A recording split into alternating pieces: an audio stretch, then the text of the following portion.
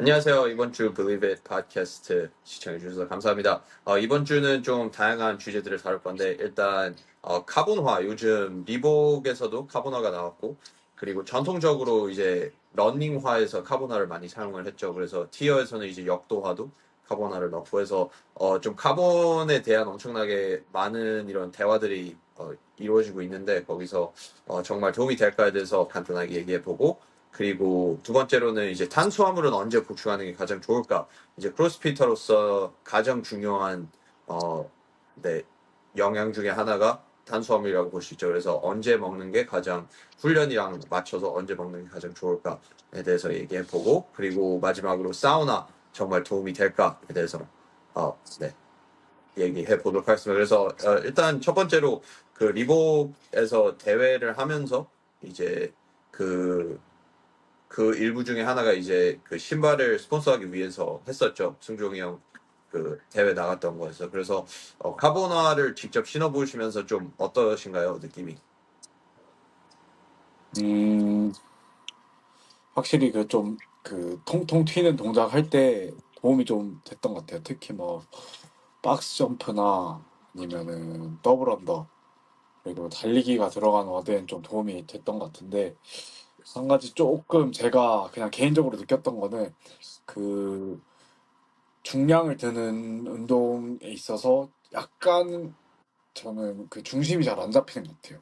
안정성이 조금은 떨어지는 것 같더라고요. 음, 네, 뭐, 특히 고중량 뭐 스러스터나 아니면은 그냥 그 카보나 리복 이번에 신발 그것만 신고 뭐 스쿼트 스네치를 한다던가 하면은 약간 무너지는 느낌이 있더라고요, 개인적으로. 근데 아까 어, 얘기했던 그런 통통 튀는 느낌의 동작들은 정말 도움이 많이 됩니다. 음, 그러니까 오히려 역도할 때는 안정성이 떨어진다는 느낌이네요. 신기하네요, 조금, 그게. 네, 그런 것 같아요. 네. 이 그게 눌리는 통통 느낌이 튀어서 그런 건가요? 있더라고요. 눌리는 느낌이 눌려서 좀 이게 탄성 같은 게 있나 보네요. 네. 아, 랄프 코치님 혹시 신어보셨나요? 저는 카보나 태어나서 한 번도 안 신어봤어요. 네, 저는 네, 그러니까 크로스핏 화로는 신어보긴 신어봤는데 이제 뭐 와드를 해보진 않았고 그냥 그 와다플루자 하면서 음, 티어 부스가 있길래 가서 해봤는데 가서 그냥 신어봤는데 모르겠어요. 그냥 신어보기에는 잘 모르겠고 달리기 음, 이런 거에는 도움이 될 것 같긴 한데 어, 음. 네, 지금 현재로서는 티어랑 리복 이렇게 두 개만 카본을 넣은 걸로 알고 있어요. 그 훈련화에. 네. 맞아요. 음. 제이 코치님은 혹시 카본화 신어보셨나요? 저는 크로스핏용 말고 요즘 하이록스 때문에 많이 신어보고 음, 있는데 몇 가지를 신어봤어요. 근데 네네. 솔직히 그 러닝할 때 카본화는 요즘 그 고급 러닝화들이 엄청 많이 들어가고 약간 엔트리급에도 좀 들어가긴 하더라고요. 근데 실제로 신어봤을 때 제일 좋은 거는 기분이 좋죠. 그죠. 근데 뭐 크게 사실 완전한 큰 차이점을 느끼지는 못했는데 러닝에 있어서 네. 근데 뭐 실제로 뭐 연구 결과에서도 효율을 향상시킨다는 뭐 그런 건 있지만 연구 결과는 있지만 일반인들 상대로는 정말 그 효과가 좀 미비하대요. 그래서 일단은 뭐 러닝 폼도 음, 좋아야 되고. 근데 뭐 좀 음, 느꼈던 거는 10km 이상 뛸 때는 조금 더 피로도가 덜한 느낌이라든지 아니면 너무 음, 천천히 조깅할 때보다는 오히려 약간 속도를 냈을 때 이 반발력이 좀 있는 느낌이 들긴 했어요. 그래서 뭐 음, 제가 볼 때 뭐 러닝할 때는 꽤 괜찮은 아이템인 것 같고, 네, 뭐 효과가 그렇게 없더라도 뭐 사실 러닝화 하나 좋은 거 사면 또 괜히 더 뛰고 싶고 기분도 좋고 그렇잖아요. 그죠. 그 킵초게가 신은 거랑 나랑 똑같은 거 신고 있다 생각하면 좀 더 달리기 열심히 할 수 있을 것 같고 잘할 수 있을 것 같은 느낌이 들어서 네, 그게 좋은 것 같아요. 금융치료. 맞아요. 그래서 어떻게 보면 이게 약간 뭐 기술 도핑이라고 하긴 하던데 뭐 카보나 자체가 음, 그렇게 퍼포먼스를 많이 좌우하는 것 같진 않아요. 음, 네, 근데 그 심리는 뭐 러닝 외에서도 크로스핏에서도 똑같죠. 뭐 그냥 이 신발을 신으면은 퍼포먼스가 좋아지겠지라고 하는데 뭐 신박 네. 수는 어떻게 할 수 있는 게 퍼포먼스 어떻게 바꿀 수 있는 게 없어서 크로스핏에서 그냥 가장 음, 장비빨로 도움이 되는 거는 그냥 그립 같아요. 이제 그 엑스포디움 스티키 그립 같은 거 그런 거 쓰면은 확실히 초크 없이 할 수 있으니까 거기서는 시간이 객관적으로 봤을 때 어느 정도 절약을 할 수 있는데 그 외에는 잘 모르겠어요. 장비빨이 정말 도움이 되는지. 어, 네. 그 다음에는 벨트겠죠. 근데 네, 역도 카보나도 참 신기한 것 같아요. 뭐 어떻게 보면은 역도도 위로 점프를 하는 트리플 익스텐션을 해야 되는 그런 동작이기 때문에 카보나가 도움이 될 거라는 생각이 있을 것 같긴 한데 근데 얼만큼 도움이 될지 모르겠네요. 저희처럼 이제 뭐 역도를 전문적으로 하지 않고 그냥 이제 크로스핏의 일부로 하는 사람들로서 얼만큼 도움이 될지 모르겠고 일단 가격대가 제가 알기로는 350불인 걸로 알고 있어요. 한국 가격으로 한 비싸요. 45만 원 정도 하겠죠. 네. 그러니까 음, 그만큼의 차이가 있을지 모르겠고 이번에 제구심이 기술 도핑이라고 하셨는데 그러면서 갑자기 기억이 나네요. 지금 Enhanced Games라고 스테로이드를 이제 의사들 이런 거 처방을 받아가지고 해가지고 세계 기록들을 깨면은 $1 million 그게 10억인가요? $1 million 100억? 네. 10억 10억. 10억이죠. 네. 네. 네, 10억을 준다고 해가지고 이번에 전에 올림픽에서 뛰었던 수영 선수를 50m 자유형 이제 스테로이드 다 하고 훈련하고 해서 해가지고 0.01초인가 그렇게 해서 깼어요. 그래서 10억을 받아갔거든요. 맞아요. 그래서 그런 갱신했더라고요. 것들을 보면서 참, 예, 이제 코멘트에서는 엄청나게 욕 많이 해요. 막, 야, 이게 뭐 세계 기록 아니잖아. 이거 갖고 뭐, 그럼 누구나 할 수 있지 이러는데. 근데 현실상 진짜 스테로이드를 사용을 해서 훈련을 진짜 열심히 해도 세계 기록을 0.01초 만에 깰 수 있다는 거는 정말 대단한 거라고 저는 생각을 하고, 이제 그게 정말 커지면은 크로스핏에서도 테스트를 안 하는 디비전이 나오면은 정말 어마무시하겠죠. 뉴스트 디비전. 그러면은 진짜 피트니스의 정점을 볼 수 있지 않을까라는 생각이 들고 한편으로는 만약에 기록이 크게 다르지 않다면은 지금 도핑을 하고 있는 선수들이 많다는 뜻일까요? 그럴 수도 있어요.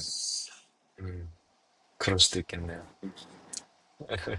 네, 저는 그냥 생각하는 게 만약에 제가 도핑을 하고도 게임즈를 못 가면은 정말 절망할 것 같아요. 실망할 것 같고, 그냥 이거는 진짜 종목 바꿔야 돼, 유전 그러면은. 탓을 해야 되는, 네, 그런 부분을 바꿔야죠. 이번에 게임즈 가셨을 때 혹시나 도핑 검사 받으시면 네, 썰 한번 풀어주세요. 그러니까 그게 테스팅 풀이라고 해서 게임즈를 가는 사람들은 모두 다 랜덤으로 이거를 테스트를 해요. 근데 게임즈를 가서 하는 게 아니라 가기 전에 지금 막 하고 있거든요. 그래서 저는 테스트를 안 했고 제 팀메이트 2명은 테스트를 했는데 진짜 웃긴 게 그냥 일하고 있는데 일하는데 찾아가서 지금 내 앞에서 오줌 싸 이렇게 해서 오줌을 받아가서 테스트를 바로 해요. 네, 역시 그렇게 해야지 정확하긴 네, 하죠. 그러니까 뭐 화장실에 가서 받아오세요가 아니라 그냥 같이 들어가요. 화장실에. 어, 그래서 그걸 봐야 된대요. 그래서 어, 참 그것도 피할 수 있는 방법은 없는 것 같아요. 근데 아무래도 저보다 제 팀메이트가 더 이제 크고 그리고 그 친구는 스네치도 315 막 언제든지 들 수 있는 친구거든요. 그러니까 그런 친구는 당연히 도핑에 더 랜덤이라고는 하지만 항상 랜덤이 아닌 것 같아요. 그냥 조금 더 음, 근육 많고 퍼포먼스 엄청나게 좋은 친구들을 좀 찍는 것 같아요. 항상. 저 덩치 작은 아시아는 절대 도핑할 수 없다고 네. 안 보는. 지금 체중 진짜 차이가 기분 좀 12kg 이상 나쁜데 나는. 좀. 그러니까요. 어쩔 수 없죠. 화장실 더 같이 잘 들어가시지 쪄야죠. 그러셨어요. 네. 아, 진짜 웃기네. 승용 코치 승정 어땠어요? 코치님 그 혹시 네. 파이스에서 그 받은 거? 아니요. 그 5등까지인가 아, 만 하고 나머지는 다 돌려보내요. 네. 아, 이번에 결과 같이 5등은 어땠나요? 다 저도 들어가셨구나. 했어요? 궁금한데. 근데 이번에 탑 하지 않... 5를? 탑5 아마 다 했을걸요? 음, 오. 올해도 했나요? 누구요? 올해도 했나요? 그 도핑을? 네네네. 어, 하긴 하더라고요. 네. 과연. 근데 네. 뭐 도핑이 문제가 아니라 지금 1등 한 애가 이란 애라서 아, 아, 이거를 못 가지 않을까 그쵸, 해서. 그쵸. 네네. 이란이라서 할 수가 없겠네요. 이란 지금 안 그래도. 친구구나. 네, 상황이 안 좋으니까. 지금 어, 진짜 최악인데. 지금 네. 일하는 사람이. 네. 아, 그리고 그렇구나. 2등이 누구였죠? 아, 티아고. 티아고가 음, 2등. 티아고 가겠네. 아마 안 넘어갈걸요, 티켓? 모르겠네. 안 넘어가요? 음, 그러지 않을까? 넘어갈 보통 걸요. 넘어가지 않나요? 네. 어, 한번 지켜봐야 될 것 같습니다. 네. 만약에 티아고도 안 간다 그러면은 알렉스가 가겠네요. 아, 어, 제발 안 그랬으면 좋겠어요. 방금 진심이었다, 진짜. 아, 진심이에요, 진짜.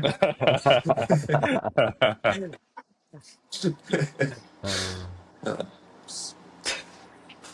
네, 알겠습니다. 그러면은 두 번째 주제로는 그 탄수화물 언제 섭취하는 게 가장 좋을까에 대해서 얘기를 한번 나눠보도록 하겠습니다. 그래서 지금 그 최근에 와드 사이언스에서 이제 그 연구를 했는데 연구 결과에서 이제 크로스피터들은 그 권장량의 탄수화물을 한 50%밖에 섭취를 하지 않는다라는 연구 결과가 있었어요. 그리고 뭐 다른 연구 결과에서는 이제 탄수화물을 보충을 잘 하는 선수와 안 하는 선수의 퍼포먼스 차이는 30% 이상까지 날 수 있다라고 네, 있어서 그래서 그 이제 탄수화물이 왜 크로스피터한테 중요하느냐 이제 심박수가 엄청나게 많이 크게 올라갈 때는 이제 에너지 시스템을 무조건 탄수화물로 사용을 하기 때문에 그래 탄수화물이 엄청 중요하고 그리고 어 저는 개인적으로 일단 운동하기 전에는 단백질이랑 지방은 좀 많이 피하고 그것보다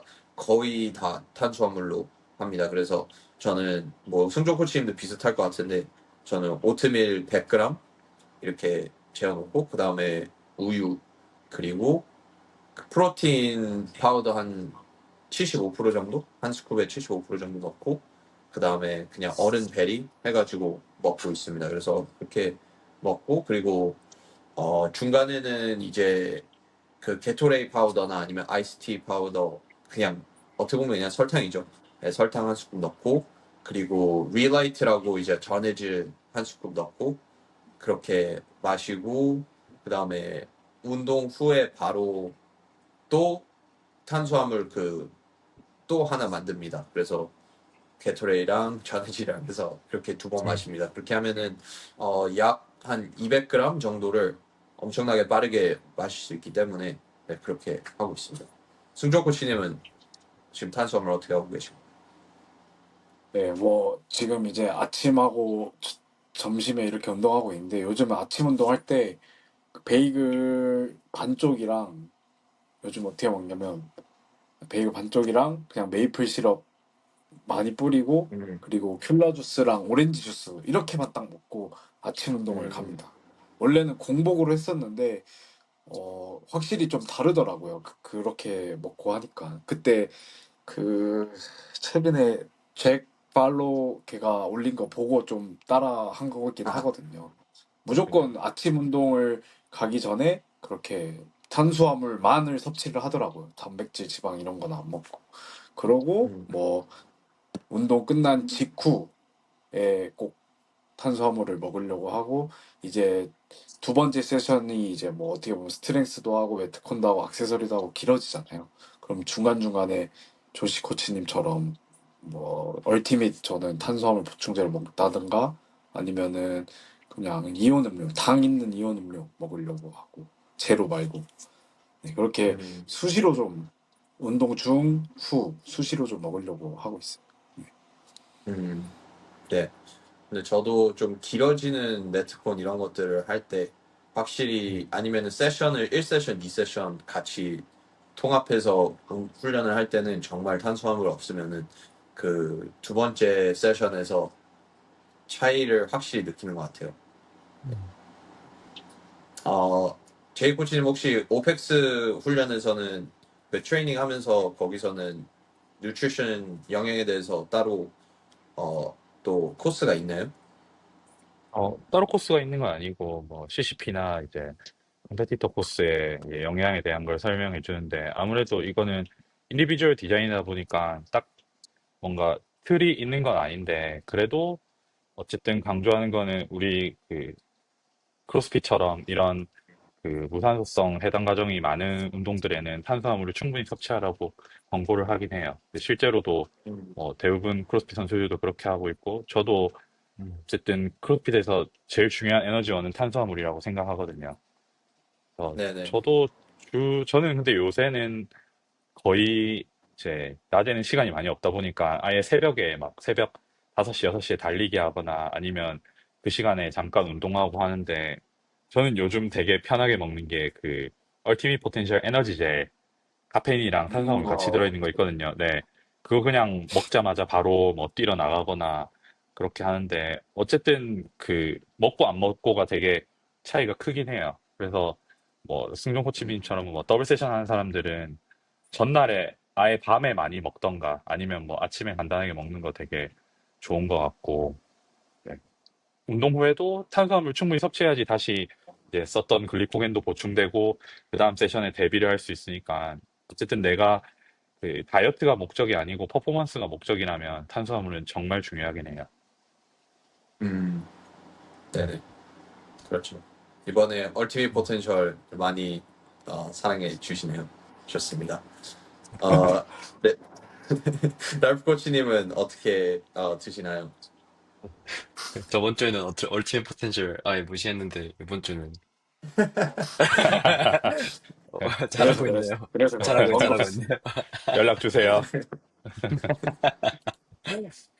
근데 이미 다 얘기를 잘 해주셔가지고 탄수화물 솔직히 뭐 적합한 섭취 시간은 없는 것 같아요. 왜냐면 하루 종일 잘 먹어야 되기 때문에 탄수화물은 네, 뭐 한 시간을 음, 골라서 그때 몰빵해서 먹는 것보다는 정말 운동 전에 잘 먹어야 되고 운동 중에도 잘 먹어야 되고 운동 후에도 잘 먹어야 되기 네. 때문에 네, 정말 이제 퍼포먼스 올리고 싶으면은 정말 우리 자동차에 기름 넣는 것처럼 계속 잘 공급해 줘야 될 것 같습니다. 네, 그래서 네. 제가 그 와드 사이언스 그 포스를 찾아서 쉐어링을 해보고 있습니다. 그래서 네, 어, 이제 여기서 average intake가 CHO가 carbohydrate 탄수화물이죠. 3.6g per kilogram per day가 킬로그램당 몸무게 킬로그램당 3.6g 을 섭취를 해야 섭취를 하는 게 그 이제 평균인데 그거는 40에서 70%그 가이드라인 그러니까 기준의 아래로 이렇게 섭취하고 있고 이제 기준점은 6에서 12g per kilogram.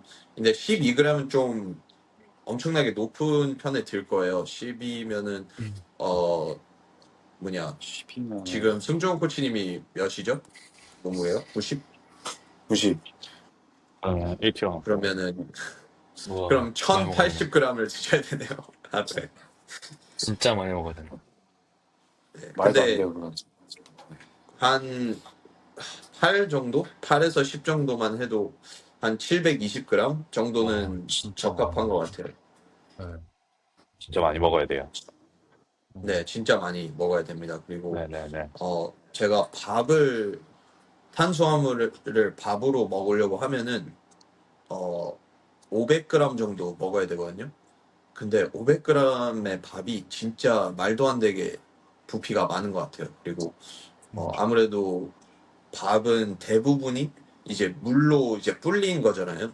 그러니까 이제 그 요리를 하지 않았을 때는 엄청나게 조그만데 이제 음, 밥을 하고 나면 엄청나게 불잖아요. 그래서 엄청나게 많이 먹어도 다 어떻게 보면 그냥 수분인 거죠. 물인 거죠. 그래서 어 저는 빵이나 파스타 이런 류로 먹으면은 더 좀 효율적으로 먹을 수 있어서 그렇게 선호하고 있습니다.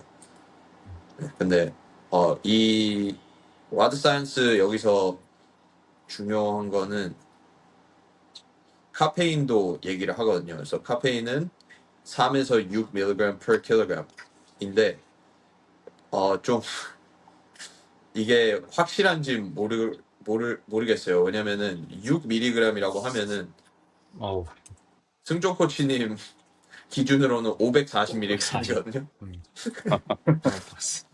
그렇게 먹고 아, 운동하면은 심장 심장마비 걸릴 터져요. 수 있어서 아마 네. 밤에 잠 안 올 것 3, 같은데. 3으로 하면은 한 270mg이거든요. 네. 그래서 그 네. 정도면은 맞는 것 같아요. 한 에너지 드링크 하나 정도? 네, 충분해요. 네. 정도. 일일 권장량이 400ml니까. 네. 그리고 딱 큐라 에너지 드링크 주스처럼 두 비트루트도 개 먹는 게 딱 전 맞더라고요. 에너지 드링크 2개 먹는 게. 음, 음, 네, 한 번에요? 네, 한 번에. 아, 근데 뭐, 한국 에너지 드링크는 많죠. 작으니까, 카페인. 네, 작으니까. 네. 100ml, 하나에 100ml 들어있어서. 음, 미국에서는 시작이 150이고 대부분 250에서 300인 것 같아요. 엄청 무식하죠. 음. 어, 네. 그래서 탄수화물 보충 잘 해 주셔야 되고, 그리고 단백질도 1.7g. 저는, 네,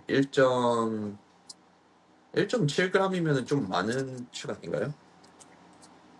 아, 이거 킬로그램 정확히 생각보다 얘기해야 그래요, 기준이에요? 돼. 생각보다. 네, 킬로그램 기준이요.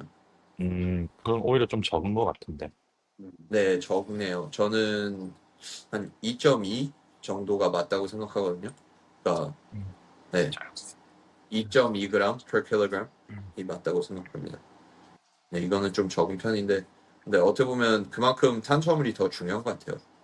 네, 이게 퍼포먼스 위할 건지 아니면은 뭐 근육 만드는 거를 위한 건지 또 달라지는 것 같은데 퍼포먼스 위한 식단은 단백질보다 탄수화물도 많이 하는 것 같고 특히 다이어트나 체중 감량이나 바디빌더들한테 좀 맞는 게 한 2.0보다 더 높은 걸 추천하거든요. 네, 근데 좀 네, 퍼포먼스를 위한 네. 거면은 그래서 탄수가 더 높은 것 같아요. 카페인보다. 아, 네, 네, 그런 음, 것 같습니다. 음. 어, 승종구 씨는 혹시, 그러니까 탄수화물 섭취하시면서 좀, 저는 그렇거든요. 이게 게토레 이런 거 설탕 많은 거 마시면은 아무래도 운동을 오랫동안 했지만 그래도 아직 이러다 살찌는 거 아닌가라는 그런 좀 두려움이 아직도 있는 것 같아요. 저는 그래서 음. 이런 거 그러니까 뭐 디저트도 먹어야 퍼포먼스가 더 높아지는데 그냥 괜히 먹고 싶지 않고 뭐 그런 심리가 있으신가요? 어, 저도 막 단 거 이런 거는 무조건적으로 안 좋다는 그런 생각을 했었는데, 근데 좀 최근 들어서 그런 인식이 많이 바뀌었고, 그리고 게임즈 선수들 그런 유튜브 같은 거 보면은 생각보다 그런 거 되게 많이 먹어요. 뭐 그냥 아이스크림이든 아니면 그냥 당이 음, 들어간 음료수든 약간 정크푸드 같은 거든. 그래서 그걸 보면서 느낀 게, 좀 어떤 탄수화물이든 어떤 뭐 단백질이든 그 숫자가 좀 중요한 것 같아요. 그 퍼포먼스를 내기 위해서는. 그래서 요즘은 절대 제로 음료수 안 먹으려고 하고요.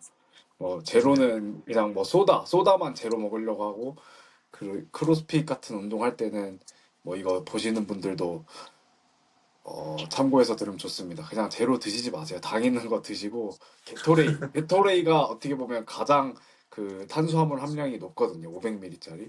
그거를 제일 추천을 드립니다. 네. 네네. 저는 처음에 그 크로스핏 잉글랜드에서 콤프 트레인 했을 때 그때 패리오 다이어트랑 키토 음, 다이어트가 엄청나게 좀 유행했을 때거든요. 2018년도?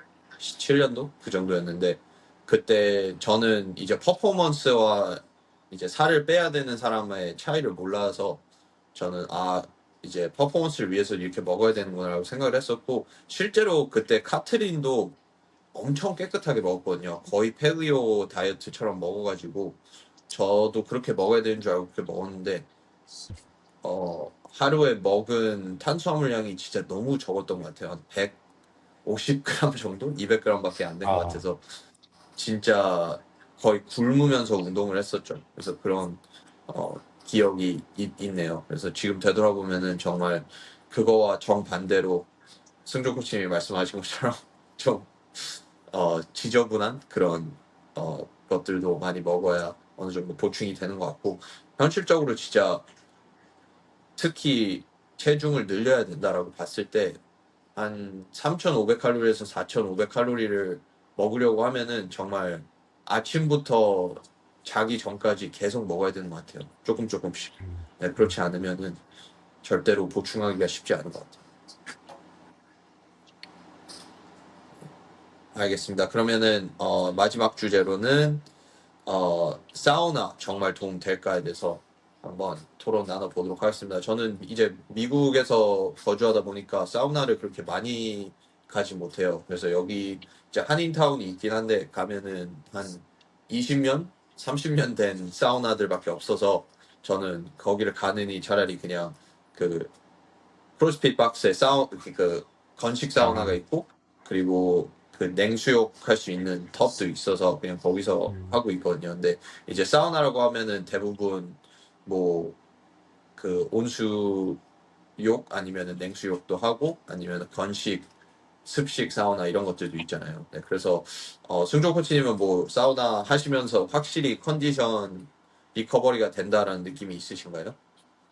저는 네, 너무 그런 걸 느껴가지고 운동을 특히 격렬하게 한 날에 가주면은 다음 날에 좀 더 괜찮은 느낌을 받더라고요. 안 했을 때부터.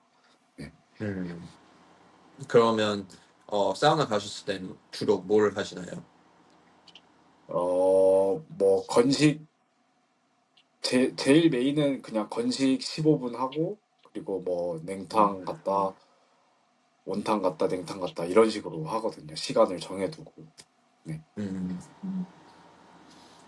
알겠습니다. 한국 냉탕은 몇 도 정도 되나요? 혹시 아시나요? 제가 이게 지금 하고 있는 데는 16도? 네, 그렇게 엄청 낮진 않아요. 16도, 17도. 음, 제가 있는 데. 네. 네, 오히려 미국 지금 냉수욕하는 그런 텁들을 보면은 거의 한 5도, 6도 이렇게 하는 것 같아요. 엄청 차갑게 하는데 그 음, 대신 한 1분, 2분 하면은 확실히 그냥 그렇게만 하면 되게끔 만든 것 같아요. 네. 음. 제이 코치님은 사우나 많이 가시나요? 저는 몸에 열이 너무 많아서 사우나를 정말 안 좋아하거든요. 그래서 거의 안 가고, 네, 뭐, 근데 샤워할 때 막 이렇게 찬물 맞고 뜨거운 물 맞고 이렇게 번갈아 가면서 하는 정도로만 하지, 사우나를 거의 이용하진 않아요. 근데 뭐, 좋아하시는 분들은 엄청 좋아하시고, 저도 그게 제 취향에는 안 맞지만, 뭐, 혈류량 이제 증가에도 도움이 되고, 뭐, 여러 가지 이제 좀 몸에 이제 부산물 배출에도 도움이 되고 되게 좋을 거라 생각해요. 음, 음. 네네. 승조 코치님은 한 일주일에 두 번? 두세 번 가시나요? 네, 지금은 한 2번 정도 가는 것 같아요. 음, 운동 이제 막 많이 할 때는 3번, 4번까지도 가고. 네. 음. 음. 네, 그냥 엄청 적합한 것 같아요. 그냥 운동 끝나고 어차피 씻어야 되니까 가서 리커버리 하고 그 문화가 너무 좋은 것 같아요. 저는 미국에서 사우나 가면은 좀 낡은 데 가도 40불 정도 내야 되거든요. 그러면 와, 5만 원 내고 들어가서 네. 그냥 네, 그래서 저는 그냥 주로 안 갑니다. 아, 그렇습니다. 그 혈류 얘기가 나와서 저는 좀 궁금한 게 이제 미국에서는 한약, 그러니까 그 진생이라 그러나, 뭐 인삼 이런 홍삼 이런 것들에 대한 인식이 아직까지는 좀 그냥 어 뭐라 그러지? 타부를 뭐라 그러지? 그러니까 좀 검증되지 않은 그런 음, 느낌이라고 봐요. 네, 그래서 막, 뭐 그거 먹어서 뭐가 되겠냐라고 말하는데 저는 이제 한국에 있을 때는 그냥 무조건 한약 먹으면은 당연히 도움이 된다라는 인식이 있었던 것 같아요. 근데 이제 퍼포먼스에는 어떻게 도움이 될지 모르겠는데 혹시 랄프 코치님은 어떻게 생각하시나요? 이런 한약 이런 것들에 대해서. 뭐 일단 먹으면 회복이 잘 되니까 되기는. 그래서 그것도 음, 당연히 퍼포먼스에 당연히 연관이 있지 않을까라는 생각이 듭니다. 네. 네. 뭐 음, 영양 쪽으로 보면은 한약이 뭐 탄수화물이 있거나 그쵸. 뭐 단백질이 그건 있거나 그렇진 아니죠. 않죠. 그냥, 예. 네. 어떻게 보면 네. 그냥 다 비타민 이런 쪽, 네, 뭐 그쵸. 네, 그런 네. 쪽이죠. 네. 그 매크로 뉴트리언트가 아니라 그 마이크로 마이크로 뉴트리언트 뉴트리언트. 네. 쪽으로 네, 조금 네, 그 베이스가 되니까 뭐 회복이 되면 그만큼 내가 퍼포먼스를 더 잘 낼 수 있는 거라서 네. 네. 뭐 사우나랑 비슷한 것 같아요. 약간 사우나도 직접적으로 뭐 내 몸에 영향을 주는 건 아니지만 그래도 여러 음, 가지 뭐 신체 팩터들을 조금 개선시켜주면서 내가 좀 더 회복을 할 수 있게 도와주는 거잖아요. 네. 뭐 혈류를 더 네네. 촉진시킨다든지. 네. 네. 네네. 저는 그 이제 체중을 증가를 해야 된다는 것을 어머니한테 얘기를 했더니 저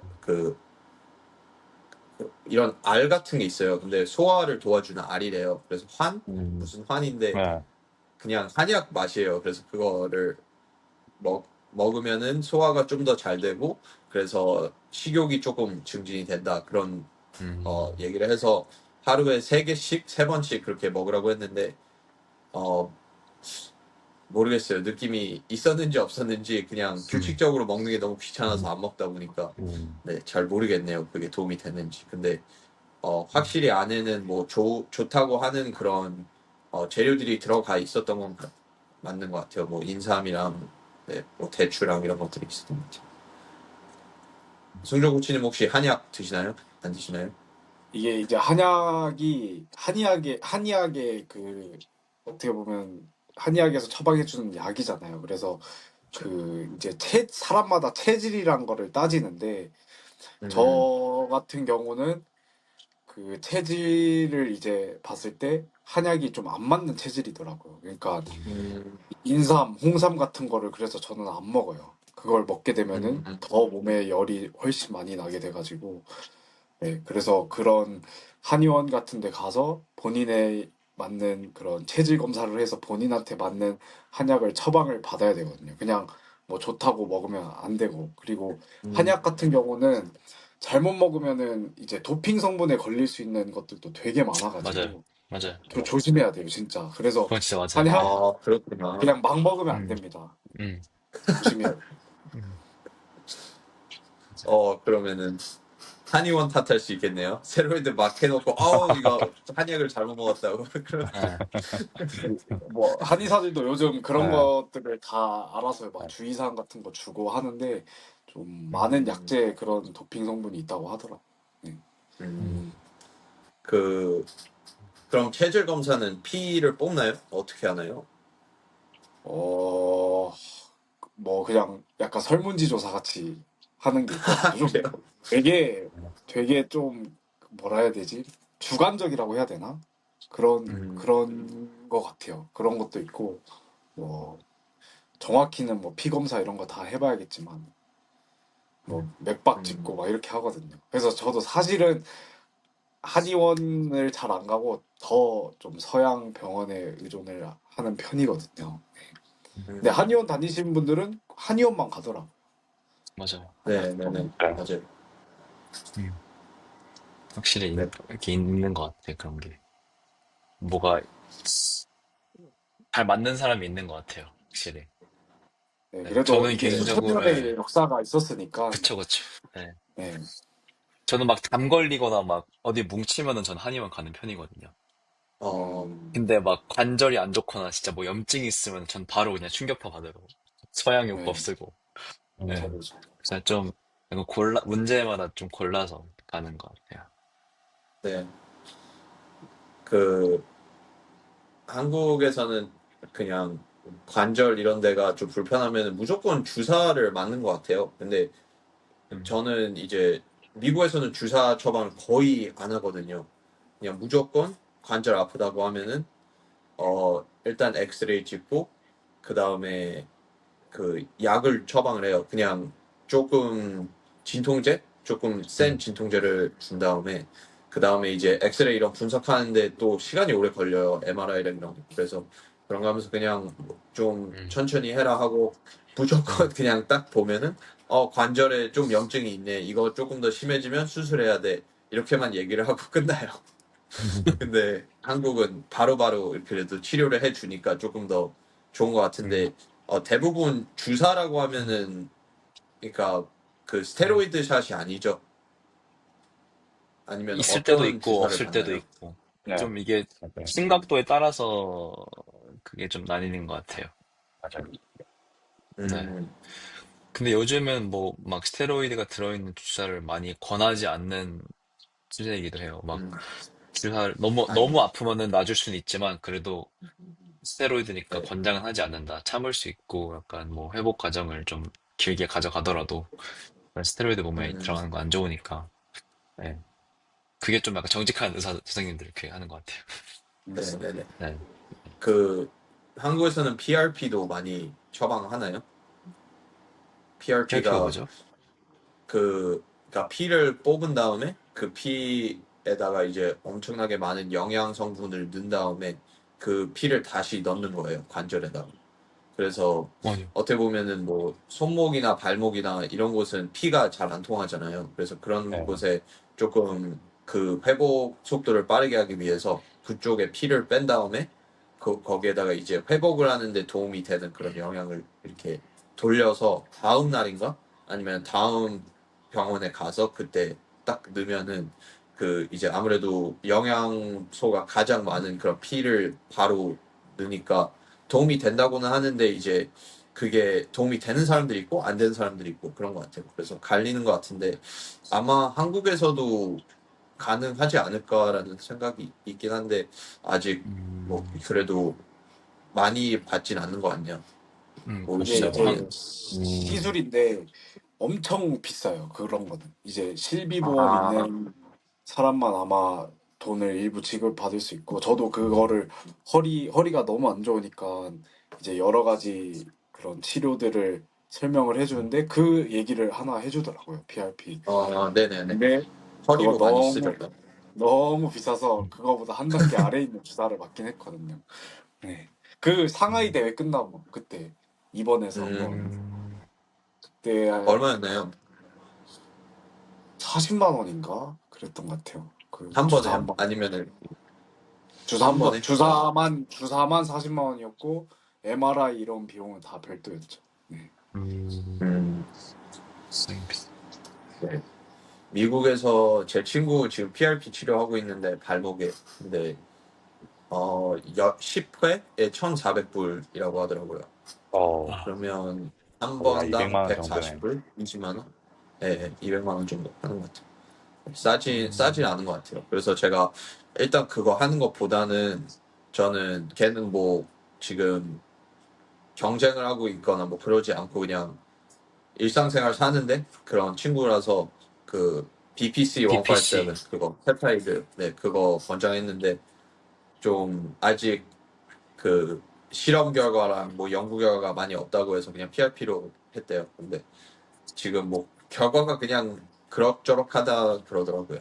네, 한국엔 BPC도 없어요.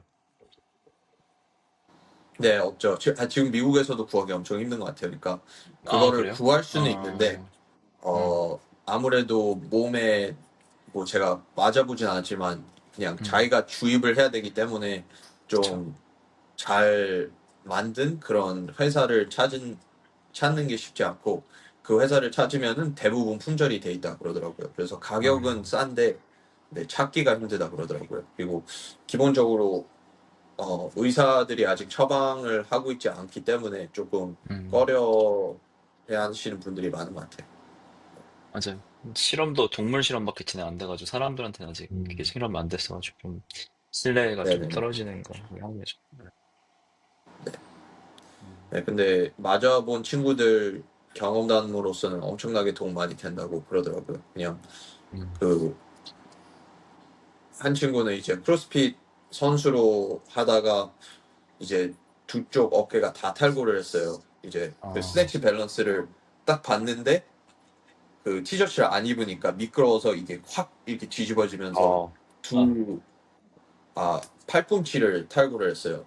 그래서 어, 그거를 다 맞춘 다음에 수술하고 이제 BPC 157으로 회복을 하는데 엄청나게 힘든 매트콘을 하고 다음날 그거 그러니까 그 전날 이걸 맞고 다음날 딱 일어나면 그냥 운동을 안 한 느낌 그냥 회복이 100%된 느낌이 확 난대요. 그래서 음, 신기하다라고 생각을 했었죠. 음, 네, 신기하네. 그래서 한국에서도 네, 음, 빠르게 그것을 받을 수 있으면 좋을 것 같아요. 네, 음, 그냥 음, 선수로서 이제 회복을 하는 입장에서는 정말 도움이 많이 된다고 저는 들어서 네, 음. 그런 쪽에서는 음. 도움이 될 것 같아요. 또 100% 합법적인 도핑 사우나가 제일 좋겠죠. 그쵸? 네. 아니, 근데 성장 호르몬이 막 150%까지 더 증가한다는 막 연구도 있었고, 네네네. 뭐 그냥 예. 어떻게 네, 스테로이드가 아닌 세로이드라고 지금 많이 얘기를 하고 있죠, 미국에서도. 네. 음, 근데 저는 진짜로. 좀 주, 저 자신이 이게 주입하는 것 자체가 좀 그래가지고 음, 제가 할 수 있을지 모르겠네요. 그리고 음, 그 이런 프로세스가 있는 것 같아요. 그러니까 그냥 주입하는 게 아니라 bacteriostatic water라고 해서 어떤 특정한 물을 이렇게 해가지고 어느 정도 세척을 하고 뭐 이런 프로세스가 좀 있던 것 같아요. 그래서 그걸 잘못하면은 이제 뭐 염증이 생길 수도 있고 뭐 그럴 수도 있으니까 음.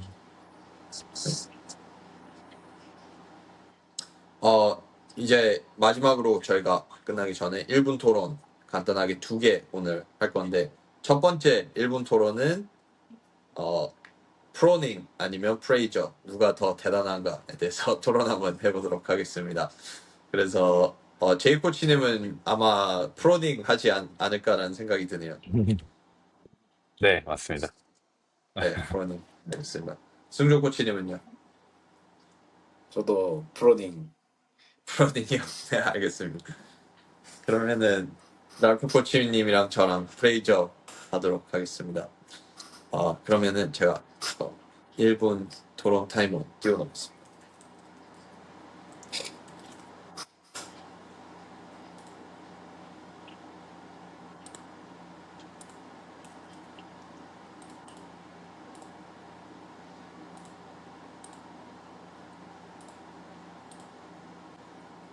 네, 이거 보이시죠?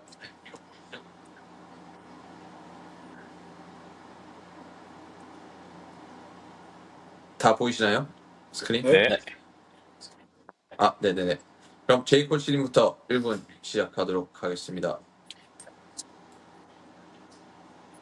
네. 저는 브로닝을 선택한 이유가 그래도 프레이저보다는 좀 더 저는 인간미도 있고 이렇게 한 일도 많이 하고 네. 제가 듣기로 프레이저는 막 자기 훈련 어떻게 하는지도 공개 안 하고 엄청 혼자서 하고 그랬다고 음, 하더라고요. 네. 그래서 좀 더 이제 사람들한테 친숙한 이미지지 않나 리치 프로님이 그런 느낌도 있고 네. 아무래도 이 스포츠를 처음에 발전시켰던 사람이니까 네, 그런 면에서 좀 더 저는 마음이 가는 것 같아요. 그리고 여러모로 좀 훈련 쪽에서도 약간 그전까지는 전부 싱글 세션이 거의 원칙이었는데 이제 프로닝이 나타나면서 엄청나게 그 선수들 운동 볼륨이나 이런 것들이 많이 늘어났거든요. 그래서 그런 면에서도 신선한 부분들이 있어서 저는 프로닝으로 좀 더 마음이 많이 기울어지는 것 같아요. 네, 네, 좋습니다. 랄프 코치님 프레이저 말씀해 주세요. 시작하겠습니다. 물론 프로닝도 정말 대단한 선수지만 그 각 개개인의 선수들이 그 전성기 프라임에서 달성한 피트니스 레벨을 보면은 아마 프레이저가 압도적이지 않을까 싶습니다. 막 요즘 막 그런 디베이트 있잖아요. 막 마이클 조던의 프라임이랑 뭐 르브론 제임스의 프라임이랑 1대1 하면 누가 이기냐, 아니면 뭐 옛날 그 시카고 불스 프라임이랑 막 골스 프라임을 하면 누가 이기냐 그런 게 있잖아요. 근데 그렇게 비교하면은 그래도 맥프레이저가 좀 더 압도적으로 이기지 않을까. 네, 그리고 막 16년도였나요? 게임들? 그 2등이랑 점수 차이가 막 거의 200포인트 차이로 1등 했던 것 같은데 네, 맞아요. 그 정도로 압도적이게 이런 도미네이팅 하게 그 1등 한 거는 저희 그냥 뭐 말 다 한 것 같습니다. 러닝은 그렇게 이긴 적 없잖아요. 네, 그렇죠. 미치는. 네, 네. 네, 승조 코치님 1분 시작하겠습니다. 네. 일단 프로닝은 지금까지도 되게 활발한 활동을 하고 있고 지금까지도 크로스핏 운동을 하면서 이제 자기 어떻게 보면 그 피트니스 사업을 이 크로스핏에 엄청나게 접목을 시켜서 진짜 어떻게 보면 세계에서 가장 유명한 그런 크로스핏 메이엠이라는 브랜드를 만들었잖아요. 그 브랜드도 크로스핏에 되게 많은 영향을 미치고 그런 걸 자기 운동을 하면서 다 한다는 게 일단 첫 번째로 너무 대단하고 그리고 이제 프레이저가 연달아 우승하기 앞서 프로닝이 연달아 우승을 했었는데 그때 당시는 조금 더 그런 지식들도 더 없을 때잖아요. 되게 원초적인 음, 그런 동작들 대회들도 많았었고 그런데 그 상황 속에서도 어떻게 보면 4년 연속 우승을 했다는 게 저는 더 대단한 것 같아요. 네. 음, 네, 알겠습니다. 저는 기본적으로 프레이저가 이제 압도적이었을 때 그때 아무래도 크로스핏을 시작을 해서 조금 바이어스가 있을 수도 있겠지만 저는 일단 그 승준 코치님이 말씀하신 거에 반대로 오히려 체계적인 것들이 다 잡히고 어느 정도 퍼포먼스에 대한 기준 그런 레벨들이 엄청나게 크게 향상이 됐을 때에도 누가 1등을 할 수 있을까를 봤을 때 그거는 프레이저였거든요. 그러니까 어, 예전에 그러니까 어떻게 할지 훈련을 어떻게 할지 몰라서 그래서 우승을 하지 못한 게 아니라 모두 다 어느 정도 이 투 세션을 해야 되고 어느 정도를 기준을 쳐야 되고 그런 것들을 봤을 때에도 어, 항상 네, 우승을 이벤트 맨날 이기고 그렇게 할 수 있다는 게 네, 압도적으로 우승을 할 수 있다는 게 정말 대단한 것 같습니다. 그래서 저는 프레이저가 더 대단하지 않나라는 생각이 듭니다. 그래서 두 그 선수 오픈 어나운스먼트 때 같이 그 경쟁했던 게 있었죠. 15년도 2018년인가? 15.1. 15년도. 네네, 맞아요. 네. 아, 이걸 데드리프트 기억하다니 네, 너무 스네치. 고인물이다. 이걸 기억하다니. 네. 정말 피 튀기는 그런 브로드캐스트인 걸로 저는 기억이 맞아요. 나는데 근데 네. 맞아요. 그때가 리치가 이겼어요. 15년도가 리치가 이겼나요? 네, 그때 그 파트 A, B 있었던 거거든요. 그 데드리프트 스네치 아, 토토바. 맞아, 맞아. 그거 하고 네네네. 5분 동안 클적 원RM. 아, 맞아, 맞아. 네. 그거 둘 다 리치가 이겼을 거예요, 아마. 네. 음, 맞아요. 음, 프레이저가 무리하게 클리엔저크 시도하다가 실패해서. 맞아요. 네. 아, 네. 그래요? 네. 그때는 네. 아마 루키여서 그러지 않았을까라는 생각이 드네요. 근데, 네, 그쵸. 아마 영상 보지 않으셨으면은, 네, 그거 보시면은 정말, 아, 이게 진짜 퍼포먼스의 극치구나, 그거를 보실 수 있을 겁니다. 음. 그때 짐나스틱 그립 보면은 진짜 막 지금 보면 경악할 수준의 그립이에요. 네네, 왼손으로 하죠. 맞아요. 예, 그때 토트바를 네, 이렇게 리버스 그립으로 얼터 그립을 잡고 토트바 하더라고요. 너무 이게 전환이 털려가지고. 아, 맞아요. 예, 예, 네네. 진짜. 예. 맨손으로 풀업하는 선수가 제가 알기로는 댄 베일리랑 아, 자시 브리지스도 맨손으로 하나? 그랬던 것 같아요. 요즘은 정말 보기 드물죠. 맨손으로. 아, 네. 그쵸. 맞아요. 맞아, 맞아. 네. 이제 두 번째 마지막 1분 토론으로는, 이제 평생 훈련을 하면서 둘 중에 하나를 골라야 돼요. 훈련하면서 정적, 그러니까 네. 아무런 음악 없이 운동을 하는 거하고 아니면은 성악, 그러니까 정말 운동과 정반대인 그런 음악을 들어야 된다. 그러니까 어떻게 보면은 싫어하는 음악을 듣느냐 아니면 그냥 차라리 정적으로 음악 없이 운동을 하느냐를 정하면 될 것 같습니다. 그래서 이번에는 랄프 코치님부터 정하시죠. 저는 네, 저는 음악 안 들으면서 하는 걸로 하겠습니다. 네, 알겠습니다. 어, 그러면 다음으로 승조 코치님은요? 전 들으면서 하는 걸로. 네, 알겠습니다. 제이 코치님은요? 저도 성악 듣겠습니다. 네, 그럼 저는 정적 하겠습니다. 네, 그러면 랄프 코치님부터 정적 시작하겠습니다. 네. 뭐 우리가 음악을 듣는 이유는 좀 더 동기부여를 받기 위함인데 이제 일부러 더 약간 동기부여가 떨어지는 상황을 만들면은 그거에 좀 익숙해지면은 조금 더 동기부여가 조금이라도 더 생기는 환경에 가면 퍼포먼스가 더 올라갈 것 같거든요. 저는 심지어 개인적인 경험도 있어요. 저는 한 3, 4년 동안 새벽 운동을 한 5시 했었거든요. 제가 학교 다니거나 이제 직장 생활 할 때. 그래서 제가 일부러 약간 좀 더 변태스러운 마음으로 일부러 음악을 안 들었어요. 아, 더 힘들게 하자. 더 정신력을 더 키우자. 그래서 정말 도움이 많이 됐어요. 왜냐면 최대한 힘든 환경을 만들어가지고 좀 멘탈 좀 세게 만들자. 네, 그래서 정말 숨소리 정말 하나하나 다 들리게 그런 환경에서 운동했는데 다시는 못할 것 같은데 그래도 지금 되돌아보면 좀 좋았던 것 같습니다. 네, 알겠습니다. 다음으로 승조 코치님 1분 시작하겠습니다. 네, 일단 그 저는 랄프 코치님과 반대로 그 정적 상태를 안 좋아하는 것 같아요. 좀 주변이 좀 시끄러운 그런 상황, 그리고 뭐 누군가라도 이렇게 옆에 있는 거를 좋아하더라고요. 왜냐면 저도 혼자 운동을 해보고 또 이제 뭐 다른 사람들이랑 같이 운동을 해봤을 때 이 후자를 더 좋아했고, 그리고 아무리 제가 싫어하는 음악이 나와도 그 음악들 중에 가끔씩 그 꽂히는 가사가 있어요. 뭐 그런 가사들이 엄청 갑자기 동기부여가 될 때도 있고, 그리고 네, 그런 동기부여를 이제 운동하면서 받으면 좋으니까 안 그래 뭐 없는 거보다 낫지 않을까 싶네요. 네. 그럼 다음 훈련 세션 때 성악 한번 들어보십시오. 아니 성악이 근데 정확히 어떤 거죠? 약간 조수미 같은 거, 성악, 네.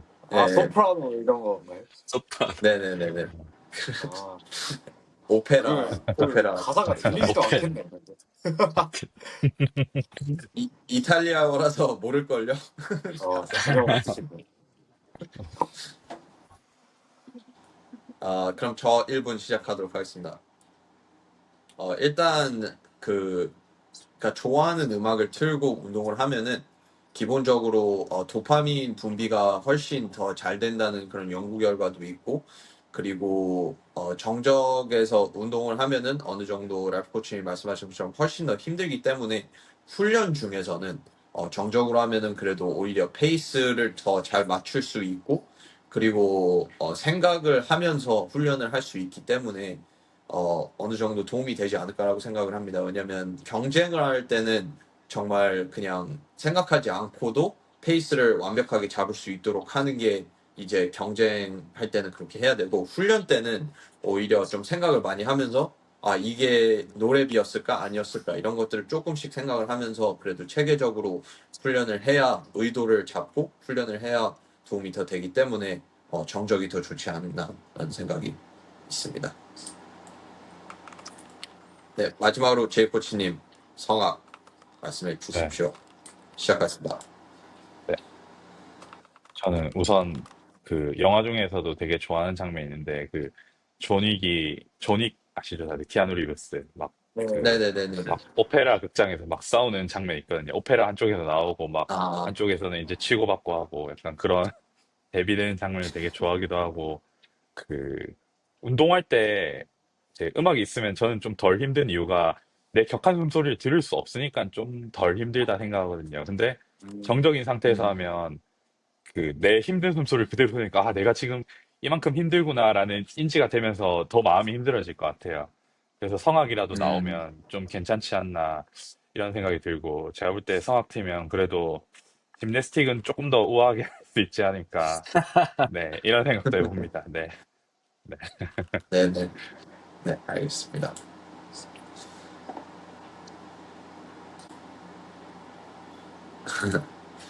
네, 그 예전에 벤 버저런이 운동할 때는 클래식 음악을 들으라고 권장을 했던 때가 있었거든요. 근데 저는 진짜 오, 말도 안 되는 소리라고 생각을 했었는데, 어, 그 요즘 이유를 들어서는 뭐라고 그냥 말했어요? 이유가 그냥 음. 그러니까 각성을 시키는 그런 음악을 들으면서 훈련을 하면은 그냥 페이스랑 의도랑 이런 것들이 다 무너질 수 있다. 그런 음, 네, 생각이었던 것 같아요. 그리고 뭐 벤 버저런 코치님이 운동을 한다면은 대부분 정적으로 운동을 하는 것 같아요. 대부분. 네, 그래서 그냥 올드스쿨 그런 느낌으로 운동을 하시는 것 같고 그리고 음. 어 저는 만약에 음악을 듣는다면은 저는 하우스 음악을 엄청 좋아해요. 왜냐면 그냥 음. 일정한 비트로 운동을 할 수 있기 때문에 가장 좋다고 생각하고 그리고 대회에서 나갔을 때 음악이랑 정말 유사해요. 그 느낌이. 그래서 뭐 대회 나갔을 때는 좋은 음악이 나올 확률이 엄청나게 적잖아요. 그래서 그냥 차라리 그런 음악을 조금 더 어, 접해가지고 이제 경쟁을 하면서도 그 똑같은 느낌으로 훈련이랑 경쟁이랑 할 수 있도록 하는 게 저는 그게 더 유익한 것 같습니다. 음. 네. 승국 승조 코치는 코치님은 주로 뭐 이제부터 드시나요? 이제부터 음악 안 트나요, 이제부터? 저요? 아유, 질문이 뭐였죠? 저는 네. 질문이 주로 뭐 들으면서 운동하시나요? 뭐, 저는 그냥 한국 힙합 음, 좋아해가지고, 네. 킵. 맞아요, 힙합. 킵. 그 음. K-팝은 들으면서 운동할 수 있나요? 근데 별로 안 좋아해요, 케이팝. 음. 음. 음. 다음에 걸그룹 틀도록 하죠. 네, 걸그룹도 좀, 저도 최악의 음악 탑3 운동하면서 듣기 최악의 음악 탑3 중에 하나가 K-팝인 것 같아요. 그냥 안 음, 들은 지 너무 오래돼서 그런가. 예, 예. 음. 우리가 저는 이제 음. 공감하기 좀 늙었을 수도 있어. 아, 네, 그쵸. 좀 저는 조금. 예전에 그래도 중학교 때 들었던 K-팝은 어느 정도 들을 수 있을 것 같아요. 뭐 빅뱅이나 맞아, 맞아, 어, 네. 네, 소녀시대 뭐 이런 거는 괜찮을 것 같은데 어, 요즘 K-팝은 잘 모르겠네요. 네, 확실히 좀 오래됐네요, 저희가. 음. 네, 저는 좋아했던 걸그룹이 2NE1이랑 아, 그리고 시크릿 있었거든요. 시크릿인가? 네, 시크릿 두 개 있었어요. 요즘 너무 박스에서 그거 오래됐는데. 틀면은, 아, 와, 너무 오래됐어. 욕 맞아. 먹겠죠. 입밴 나갈 것 같은데. 저도 하우스 좋아하는데 요새는 음. 그 유튜브에 검색하시면 좀 괜찮은 게 그 자라 매장이나 H&M 매장 배경음악이라고 검색하면 엄청 어, 그 이렇게 약간 흔히 말하는 그 쌈뽕한 하우스 음악이 많이 나오거든요. 네, 어, 맞아요, 그것도 맞아요. 좀 나름 괜찮습니다. 네. 어, 네네네, 맞습니다. 네, 좋고 그 그렇구나. 저는 그 뭐지? 인셉션이나 그 어, 크리스찬 놀랜이 나오는 그런 영화들을 보면은 나오는 음악이 있어요. 한스 그 짐머. 아, 네, 한스 지머, 예, 한스 한스 짐머. 맞아, 지머 맞아, 네. 음악 맞아.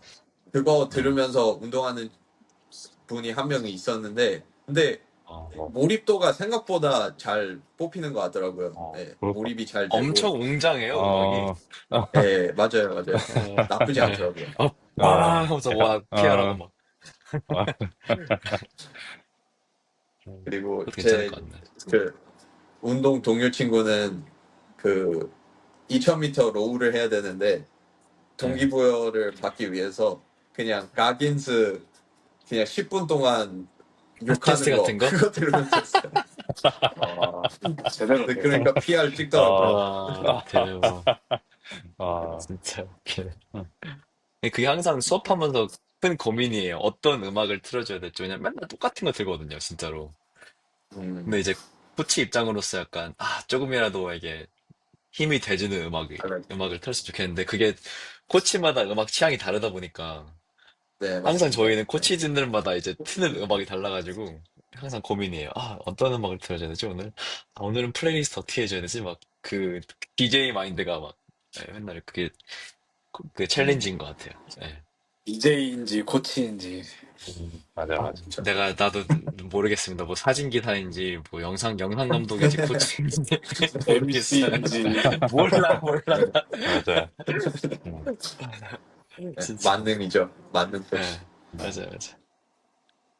저는 옛날에 코치했을 때 대부분 미국은 그래도 어머니 아버지 되는 나이뻘 분들이 많거든요.